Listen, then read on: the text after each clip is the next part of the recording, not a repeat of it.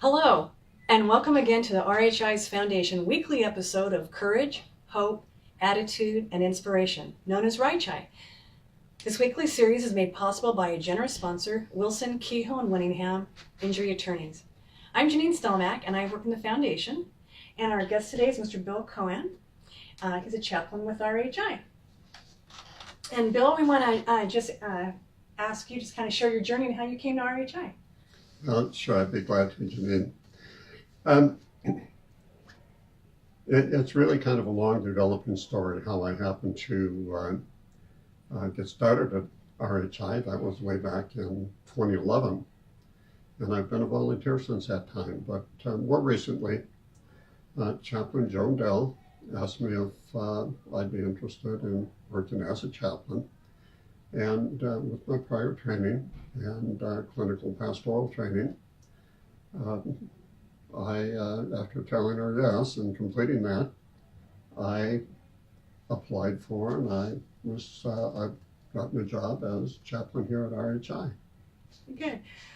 So you've been visiting patients for a while, right? You've been Well, back in 2011.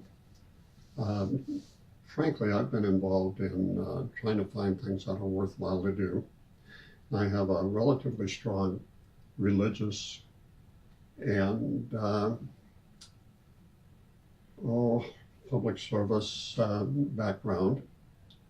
And yes, in looking for worthwhile things to do, I've been involved with my church, mission work and community service work.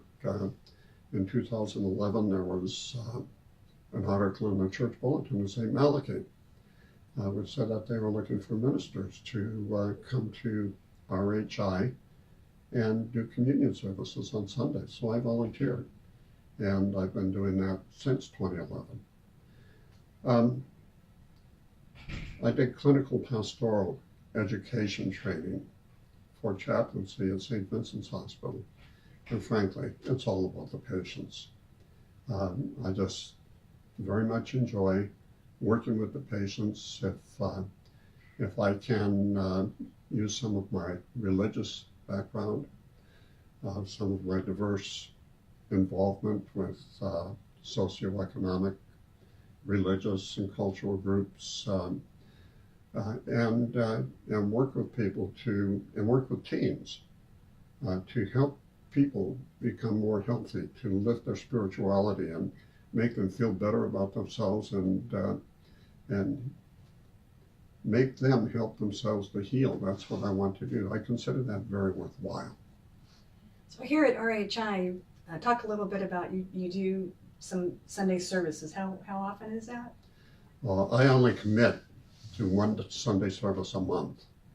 That's the fourth Sunday of each month.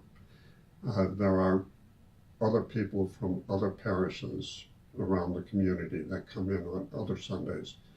Now, in addition to the ones that I do, I may fill in for somebody else. If somebody is absent, they have other things that they need to do, then we have to fill in for each other, but that's how we've been working it. Very good. And has there been anything, what inspires you at RHI?